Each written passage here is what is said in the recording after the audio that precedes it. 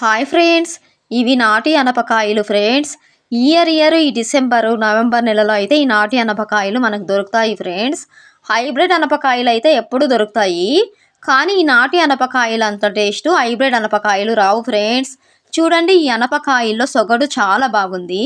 అంటే ఇలా అనపకాయల మీద నూనె ఉంటుంది కదా, దీన్ని మేము సొగడు అంటాము.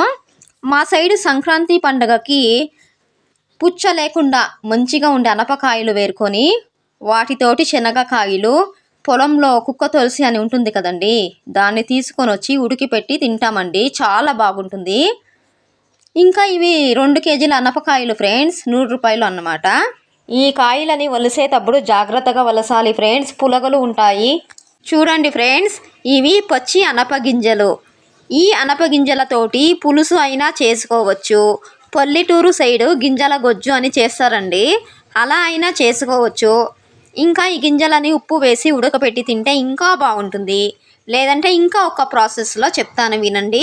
పచ్చి అనపగింజలని ఒక బౌల్లో నీళ్లు తీసుకొని ఆ నీళ్ళలో 5 గంటల సేపు నానపెట్టేయాలి ఫ్రెండ్స్. 5 గంటల సేపు అయ్యాక నీళ్ళలో నానపెట్టుకున్న గింజలని నీళ్ళంతా వంచేసి ఒక ప్లేట్లోకి తీసుకొని చూడండి, పొట్టు వచ్చేలా ఇలా ఒత్తుకోవాలి. ఈ గింజలని పిదపపప్పు అంటారు ఫ్రెండ్స్. ఈ పిదపపప్పుతోటి కర్రీ చేసుకున్నా లేదంటే బెల్లం యాలకులు వేసి స్వీట్ చేసుకున్నా భలే రుచిగా ఉంటుంది ఫ్రెండ్స్. పల్లెటూరు స్టైల్లో మటన్ మసాలా పెట్టి పిదపపప్పు చారు చేసి పూరి కానీ, దోశ కానీ, రాగి సంగటి కానీ, అన్నం కానీ చేసుకొని తింటూ ఉంటే దాని టేస్టే వేరే అబ్బా ఫ్రెండ్స్. అనపకాయలతోటి అనపగింజలతోటి నేను చెప్పే ప్రాసెస్, చెప్పే విధానం మీకు నచ్చింది అంటే వీడియోకి చిన్న లైక్ ఇచ్చి సబ్స్క్రైబ్ చేసి సపోర్ట్ చేయండి. బాయ్.